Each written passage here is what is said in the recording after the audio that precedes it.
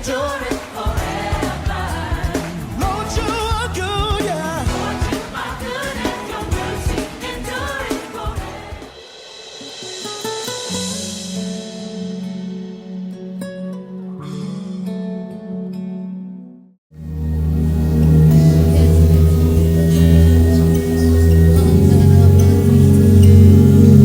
Matthieu 6, versets 17 à 18.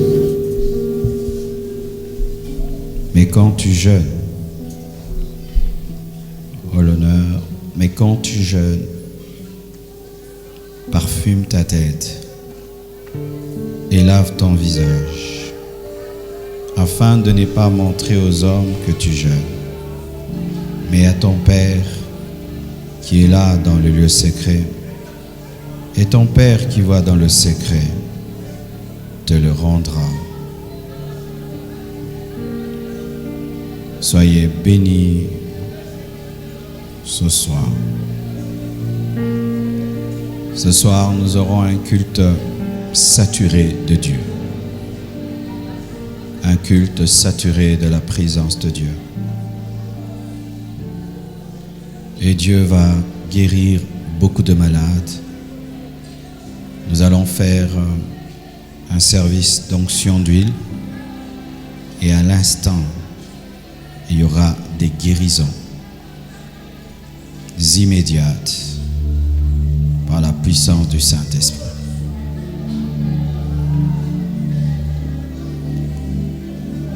Comment jeûner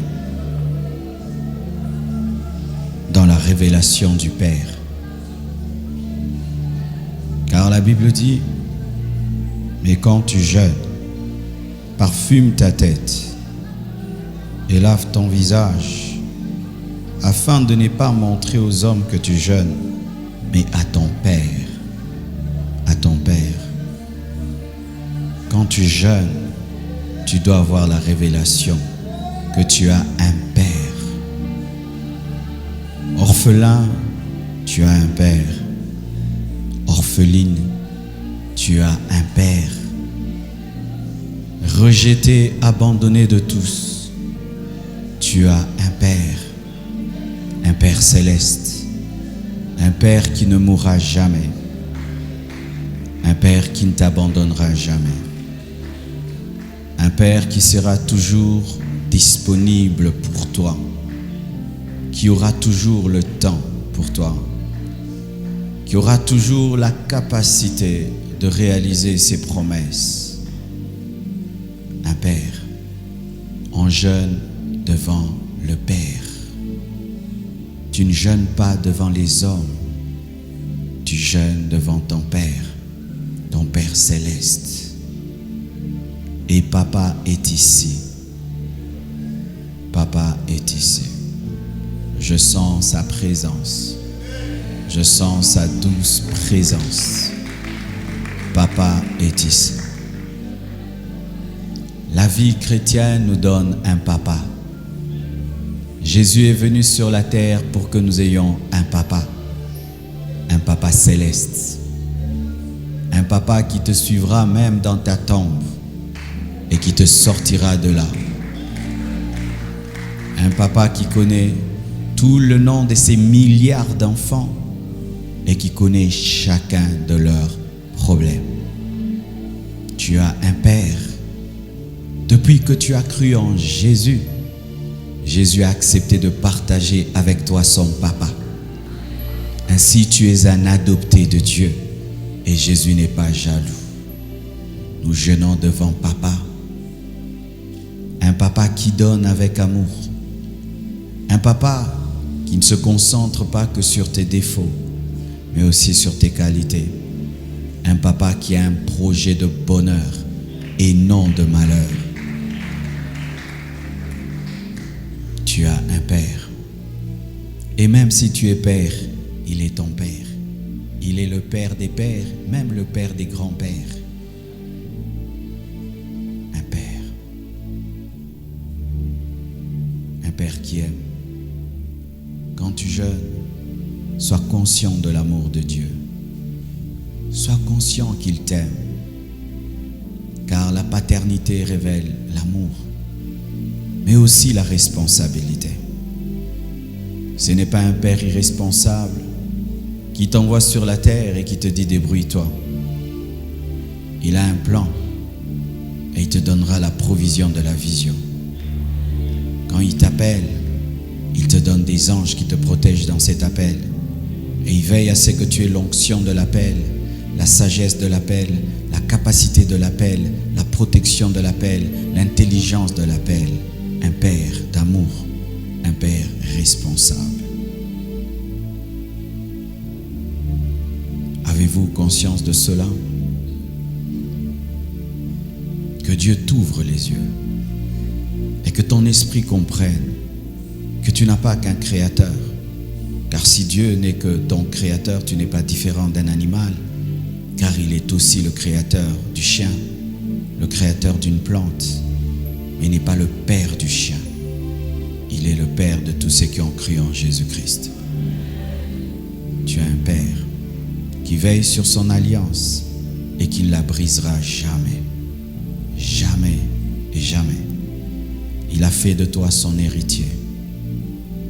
Tu n'es pas l'héritier d'un millionnaire, ni d'un milliardaire.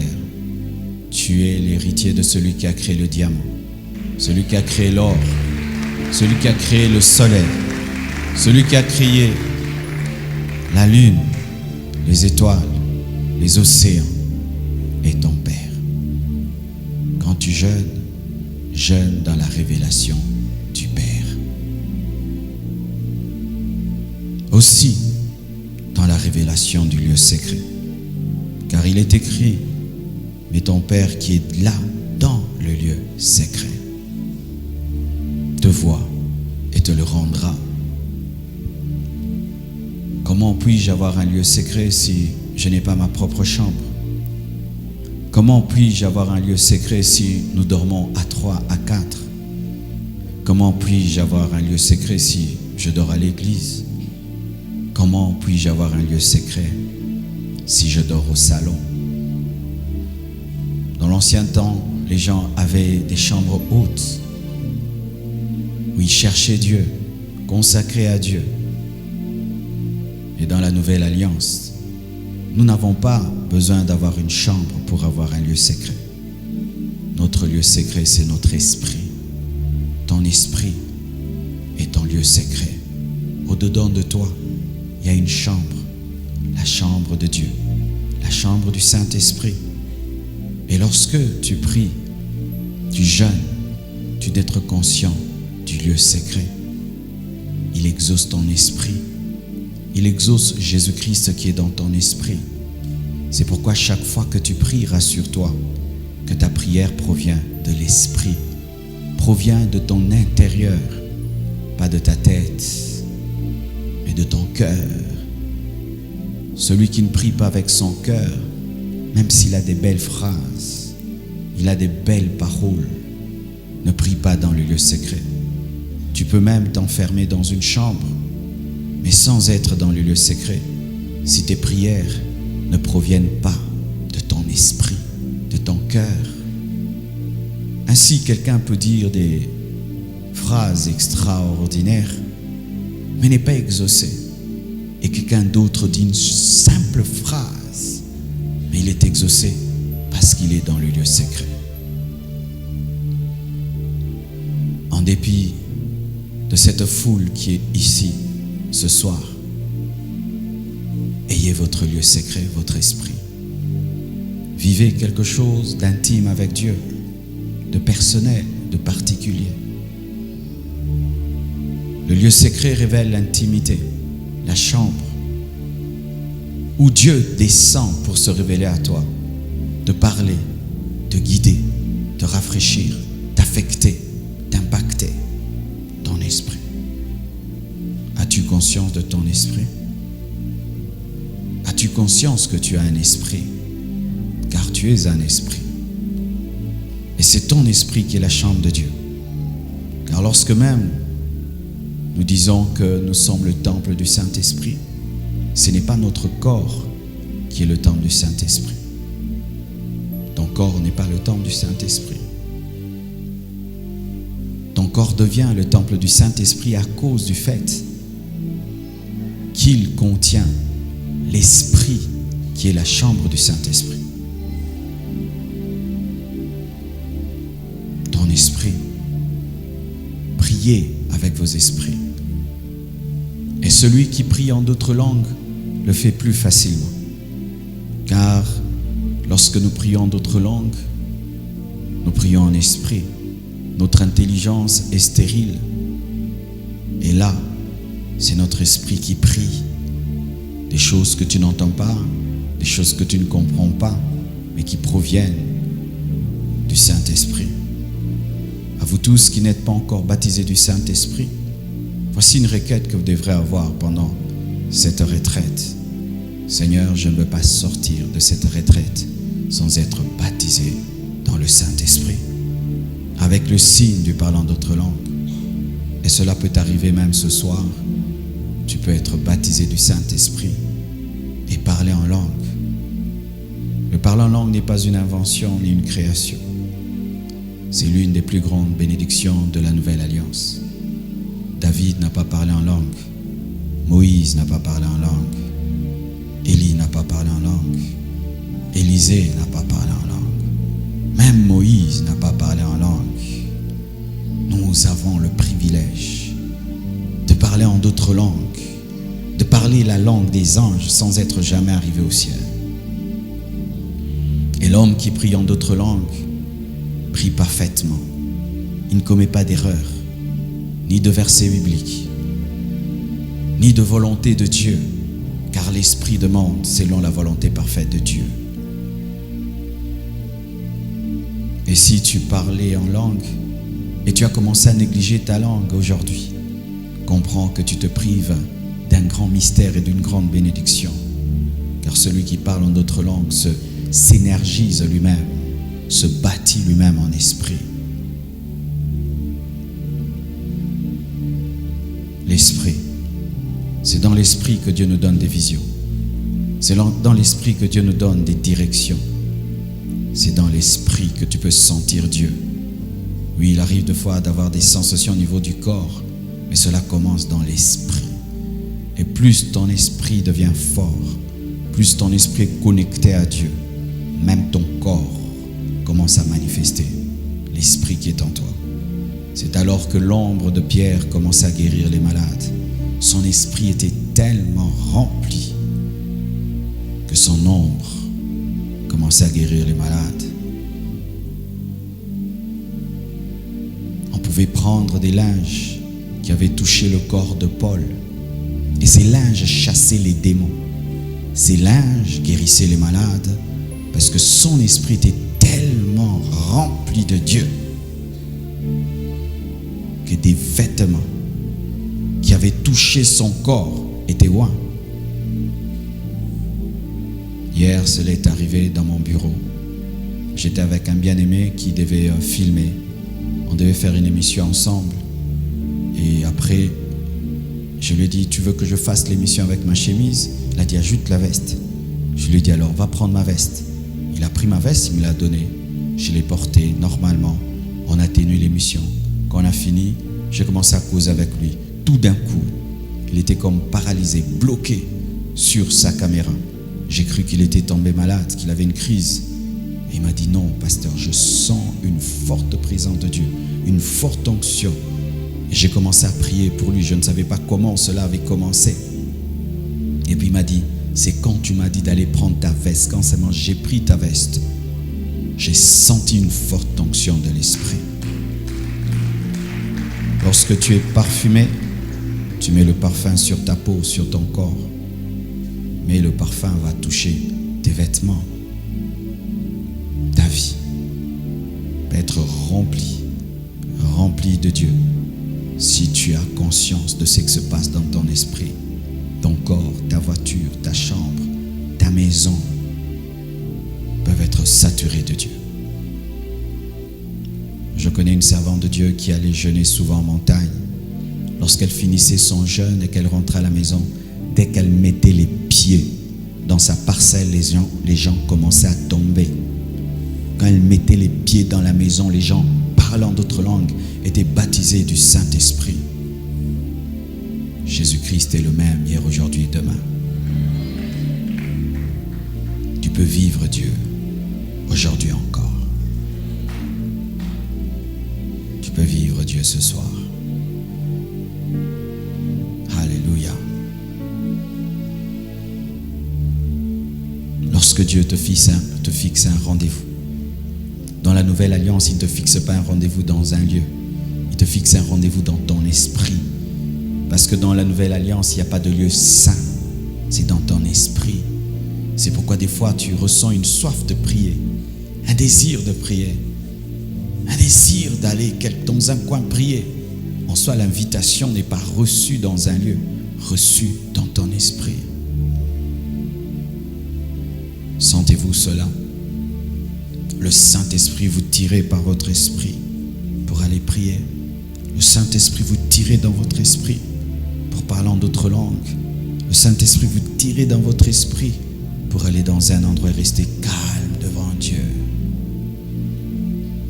Le lieu secret, c'est l'esprit.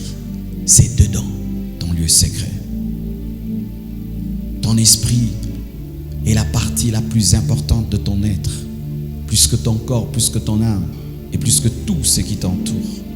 Et tu dois en être conscient parce que c'est là que se passe la plus partie de ta vie chrétienne, dans ton esprit. Quand ton esprit grandit, ton âme est transformée et ton corps est en bonne santé et ton corps est fortifié. Quand ton esprit est transformé, même l'argent commence à te chercher. La gloire, le succès, l'impact, ces choses commencent à te chercher. Alléluia.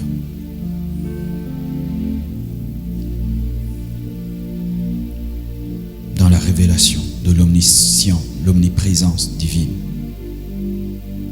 Matthieu 6, verset 17 nous dit: et ton Père qui voit dans le secret te le rendra. Ton Père qui voit dans le secret. Lorsque tu jeûnes, tu pries, tu dois avoir conscience de l'omniprésence de Dieu et de l'omniscience de Dieu. Dieu connaît chacun de nos noms. Dieu connaît chacun de nos problèmes. Dieu t'a vu alors que tu étais à la maison. Il sait que tu es assis à gauche, à droite. Il sait que tu es dehors. Car même étant dehors, Dieu va te toucher. Car même étant dehors, Dieu va te toucher. Il perce nos cœurs. Il perce nos vies. Il perce nos problèmes, nos désirs, nos questions, nos lacunes, nos faiblesses. Il maîtrise toutes choses. Il connaît toutes choses. Lorsque tu jeûnes, tu dois être conscient de l'omniscience de Dieu. Que rien ne te dise qui ne te voit pas et qui ne te connaît pas, qui ne t'entend pas. Que rien ne te dise qu'il y a des domaines de ta vie qui lui échappent. Archi faux. Tout est sous contrôle. Tout. Il connaît le nombre de tes ennemis et le nombre de tes amis. Il connaît le nombre de tes problèmes, de tes défis, de tes luttes. Il connaît le nombre de tes cellules. Il connaît le nombre des cheveux que tu as sur ta tête. Et lorsqu'un seul tombe, il le compte. Ayez conscience de l'omniscience de Dieu, de l'omniprésence de Dieu. Ton Père qui te voit dans le secret. Il est le Dieu qui voit. Il est le Dieu qui voit. Quand tu pries devant le regard de Dieu. Que tu le sentes ou pas, il te voit. Il te voit. Il te voit.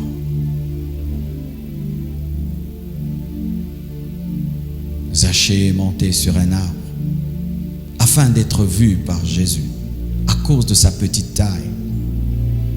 Mais aujourd'hui, mes frères et sœurs, l'arbre qui nous permet de voir, d'être vus par Dieu, c'est la croix. La croix a été pourvue. Nous pouvons être vus. Nous pouvons être vus. Dieu te voit. Il te voit. Pas seulement pour te juger, pas seulement pour te condamner, pour t'exaucer, pour te changer, pour transformer ta vie, pour se révéler à toi. dans ce monde si grand, contenant des centaines de pays, des milliards d'hommes, Dieu me voit. Il connaît Marcelo. Quand il t'appelle, il cite ton nom. Il connaît ton nom, ton prénom, ton poste-nom, ton adresse. Il voit. Que rien ne t'amène à croire qu'il ne voit pas. Que rien ne t'amène à douter qu'il te voit. Ton Père qui voit dans le secret te le rendra.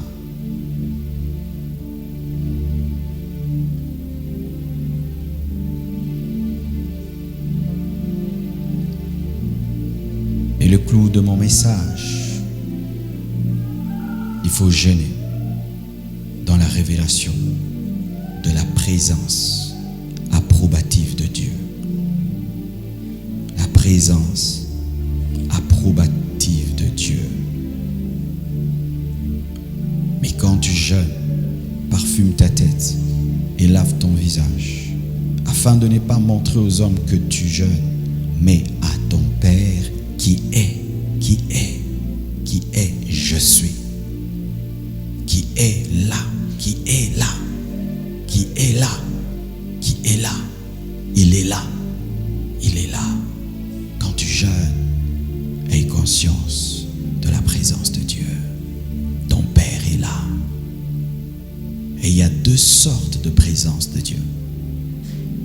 La première nous est révélée dans Ésaïe 6, verset 3. Ils criaient l'un à l'autre et ils disaient: Saint, Saint, Saint est l'Éternel des armées. Toute la terre est pleine de sa gloire. Ça, c'est la première présence de Dieu. C'est la présence qui remplit le monde entier.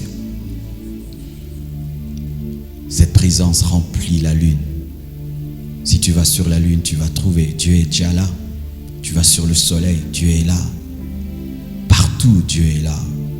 C'est la présence de Dieu qui est liée à sa nature omniprésente. Dieu est partout. Ce qui fait que même dans les bars, Dieu est là. Même là où les sorciers invoquent, Dieu voit, il est là.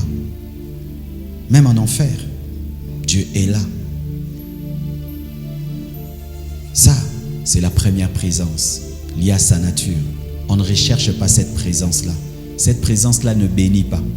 La présence qui fait que Dieu soit partout, même dans des lieux où on ne le craint pas, on ne l'aime pas. Parce que Dieu doit être partout pour juger le monde.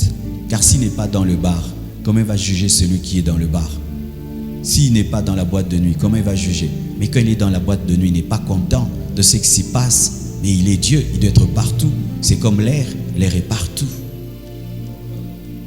Mais la deuxième présence, c'est de celle-là que tu dois être conscient. Ésaïe 6, versets 1 à 4, la Bible dit: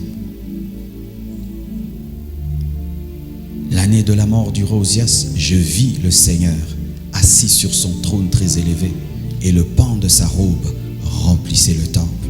Verset 4.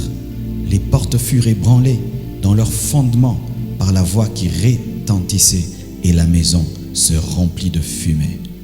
Ça, c'est la deuxième présence de Dieu. Dans mon livre Découvre, expérimente sa présence, j'en ai beaucoup parlé.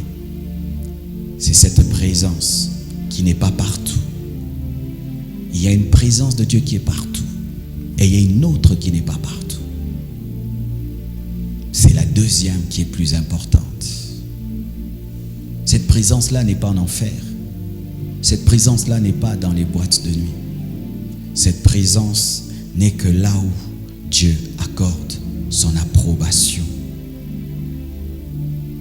Là où il y a la sainteté. Là où il y a la soif de Dieu. Là où il y a la prière, la crainte de Dieu. Cette présence est appelée gloire. C'est la concentration de Dieu dans une personne, dans un lieu. C'est une présence qui révèle que Dieu est d'accord. C'est cette présence qui descendait sur le tabernacle C'est cette présence qui était sur le Sinaï. C'est cette présence qui était sur la montagne de la transfiguration. C'est cette présence qui était sur Étienne.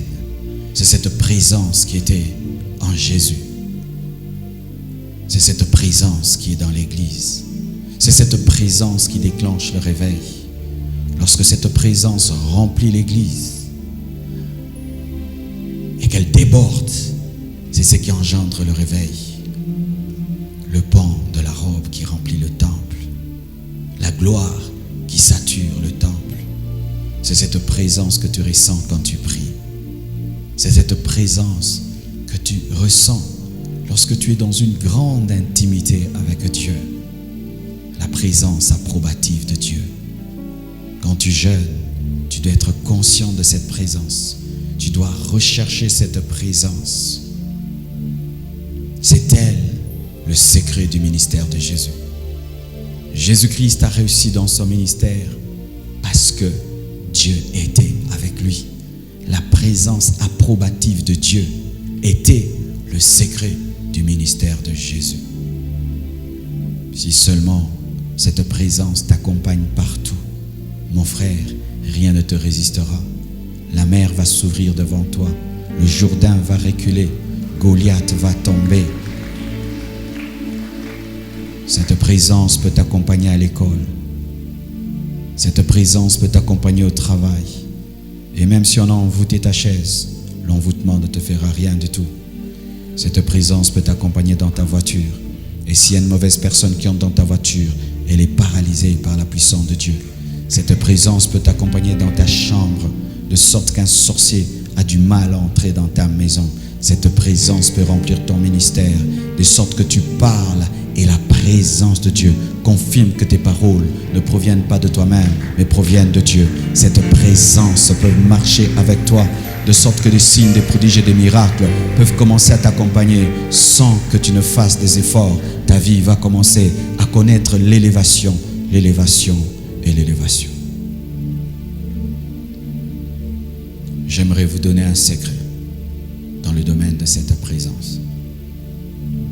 Lorsque tu regardes l'aigle, l'aigle lorsqu'il veut s'envoler, il marche très très vite et puis il commence à courir et ensuite il bat fort les ailes, il bat les ailes et puis il s'envole.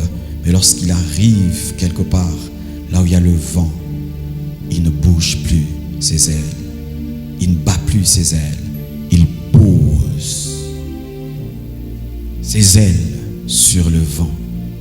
Et c'est le vent qui commence à l'emporter. Il est comme mort, mais c'est là qu'il devient puissant. C'est là qu'il opère dans une vitesse sans beaucoup d'efforts, parce que le vent devient sa vitesse. Il en est de même avec la présence de Dieu.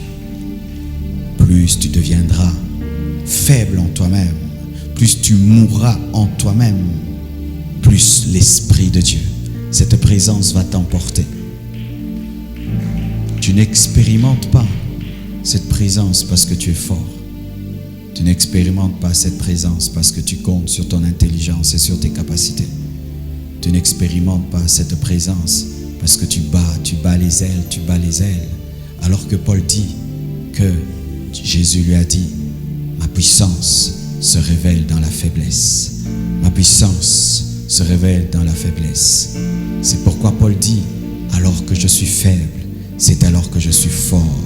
Alors que je suis faible, c'est alors que je suis fort. C'est pourquoi Dieu a attendu qu'Abraham atteigne son niveau le plus bas, où il ne pouvait plus espérer avoir un enfant, pour lui donner Isaac. Lorsqu'il était faible, c'est alors qu'il est devenu fort. Lorsque Christ est mort à la croix, c'est alors qu'il est devenu fort. Là, il pouvait engendrer des disciples.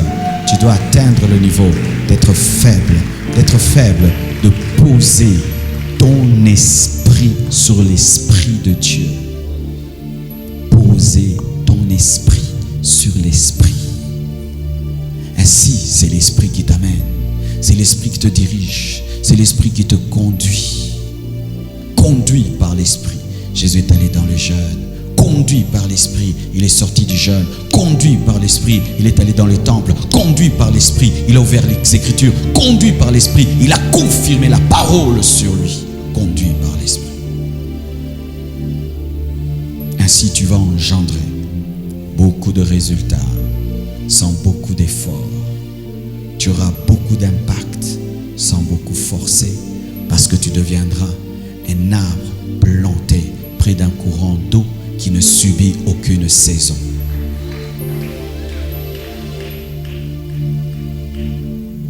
J'aimerais vous dire ce que Dieu m'a dit, même dans le domaine des saisons. Il y a un temps où tu n'es pas dans ta saison, c'est vrai, car il y a le temps de Dieu pour vivre sa saison. Mais une fois que tu entres dans la saison, tu peux rester et mourir dans la saison. Il y a la saison de la mangue qui commence et qui s'arrête. Mais dans le domaine spirituel, je peux entrer dans ma saison et ne jamais sortir de ma saison. David est entré dans la royauté et il est mort sur le trône. Il n'est jamais sorti de la saison. Moi, je ne sortirai jamais de ma saison. Depuis que je suis entré dans ma saison, je n'en sortirai plus. Comme l'aigle, je pose mes ailes sur le vent.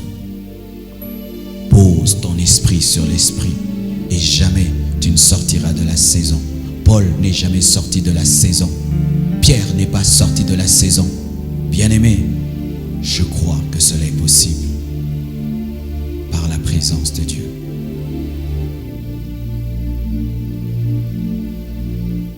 Ainsi, mon frère, lorsque tu entres dans la présence approbative de Dieu, tu commences à vivre des choses inexplicables que les gens ne peuvent pas comprendre. Certains, lorsque cette présence vient sur eux, ils sentent comme une main dans leurs cheveux.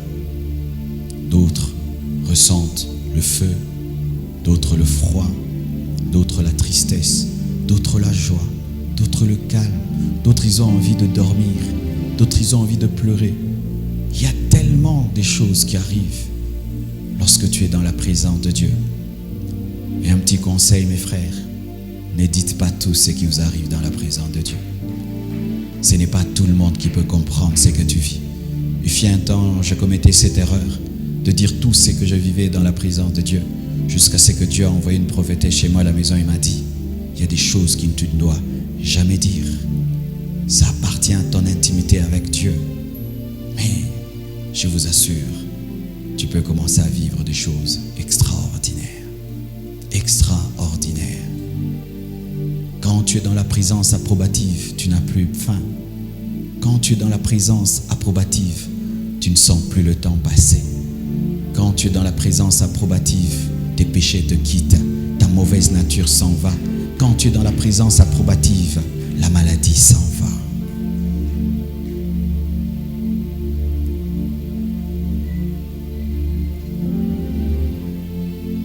Il y a une différence entre l'onction et la présence de Dieu.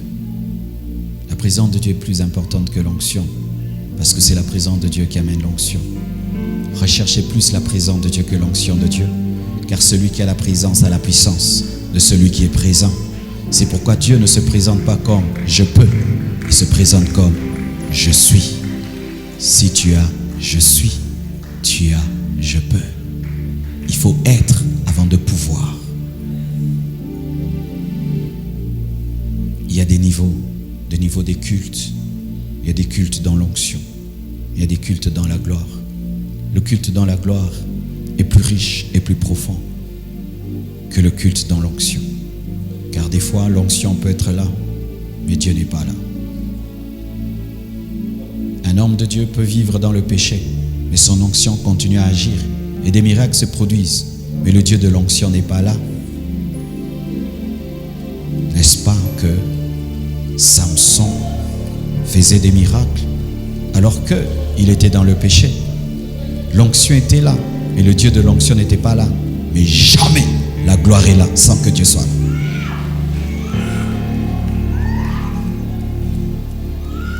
Jamais. C'est pourquoi vous voyez, quelqu'un peut avoir l'onction, les gens ne changent pas. Et là où il y a la gloire, même un prophète peut crier, j'ai des lèvres impures. Lorsque l'église est remplie de la gloire, même si on ne prêche pas sur la sainteté, les gens se répandent. Même si on ne déclare pas des choses, les choses arrivent. J'aime la gloire de Dieu. J'aime la présence. J'aime la présence. La première chose que je fais lorsque je vais dans un endroit, je vérifie seulement si papa est là. Pas la présence de Dieu, liée à sa nature, parce qu'elle est toujours partout. Mais la présence approbative. Partout où je vais, quand je m'assieds, je ferme mes yeux pour savoir si la présence approbative de Dieu est là. Et si elle est là, cela me suffit. Cela me suffit. L'église doit être remplie de la présence approbative. La première chose qu'un homme, lorsqu'il entre dans une église, doit sentir, c'est la présence approbative. Ce n'est pas d'abord la climatisation, ce n'est pas d'abord la beauté du temple, mais la présence approbative de Dieu. Même un païen sent quand la gloire de Dieu est là.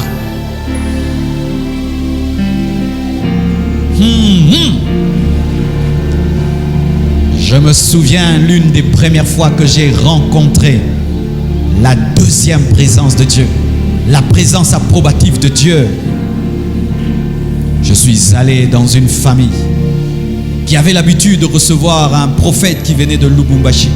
J'étais païen et je l'ai visité souvent.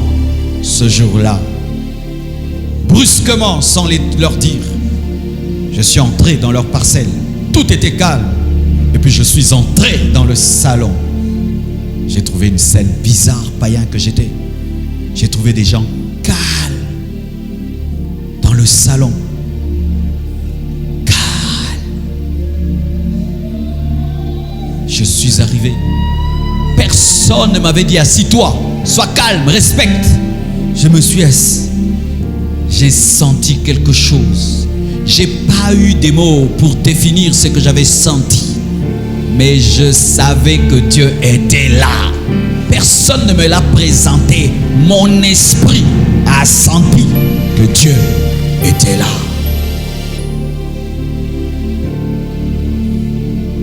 J'aimerais que tu sentes cette présence. J'aimerais qu'elle remplisse cette église. J'aimerais qu'elle remplisse ce culte. J'aimerais que celui qui est venu avec moi ce soir puisse remplir ce lieu.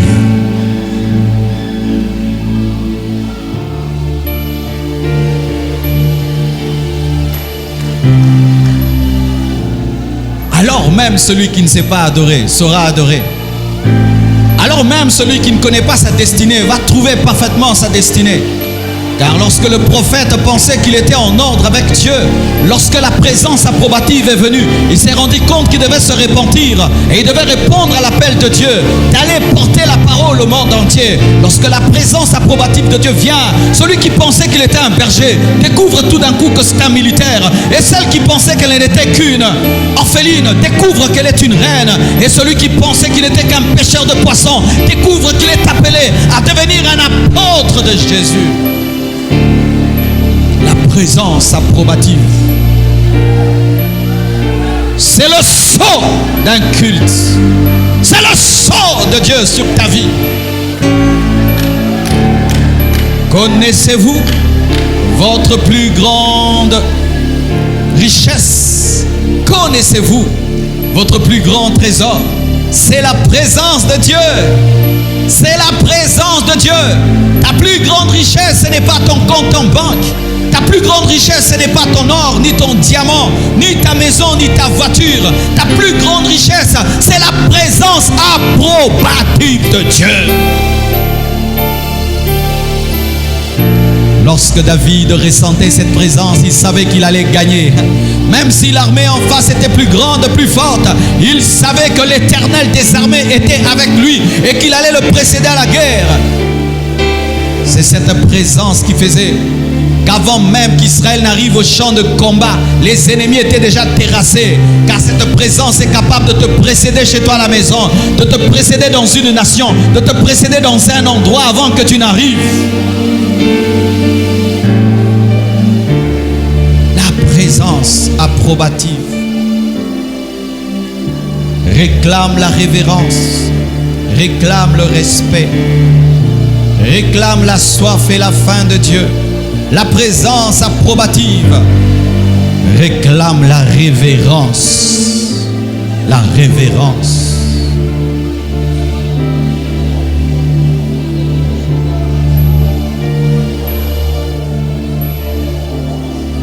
Comment pouvez-vous expliquer que Pierre ait pu prêcher le jour de la Pentecôte sans un micro et des baffles et 3000 personnes se sont converties, sans parler des femmes et des enfants?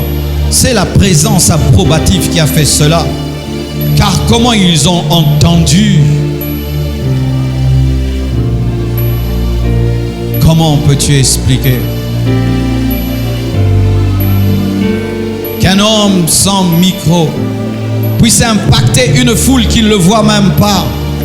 C'est la présence approbative. Tu veux une vie surnaturelle? Aime la présence approbative de Dieu. Sois conscient de Dieu.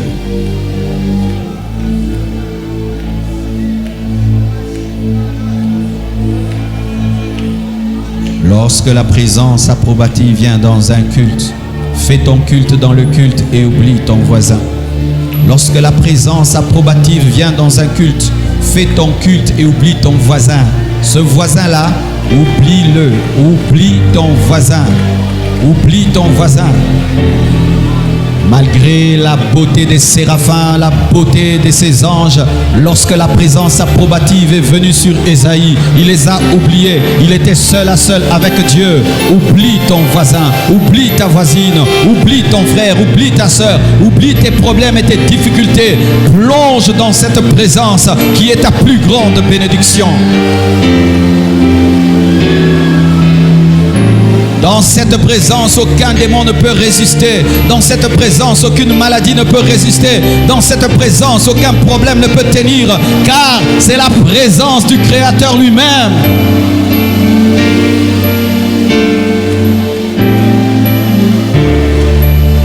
Vivre dans la présence approbative sur la terre te prépare déjà au ciel. Car qu'est-ce qu'il y aura au ciel? Ce sera la présence approbative de Dieu. Et donc un homme qui vit dans la présence approbative de Dieu sur la terre vit déjà au ciel. Car il vit déjà ce qu'on appelle les arrêts de l'esprit, les prémices de ce qui est céleste sur la terre. Tu sens cette présence que tu sens? C'est celle que tu sentiras au ciel, multipliée et multipliée et multipliée et multipliée et multipliée et multipliée et multipliée et multipliée et multipliée.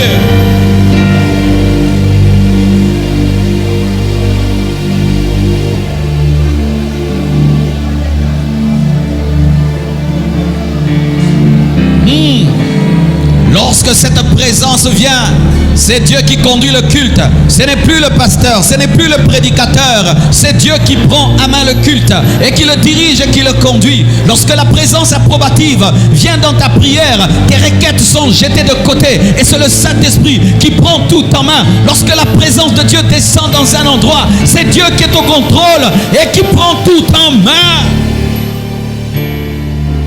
Il est temps que cette présence remplisse les églises dans le monde, car l'église est trop dirigée par l'intellect, trop dirigée par la chair, trop dirigée par la religion, trop dirigée par les programmes. Saint-Esprit, viens nous guider. Saint-Esprit, guide-nous dans les lieux très élevés. C'est cette présence approbative qui a soutenu Moïse pendant 40 jours et 40 nuits. Car il est impossible humainement de tenir sans être fortifié.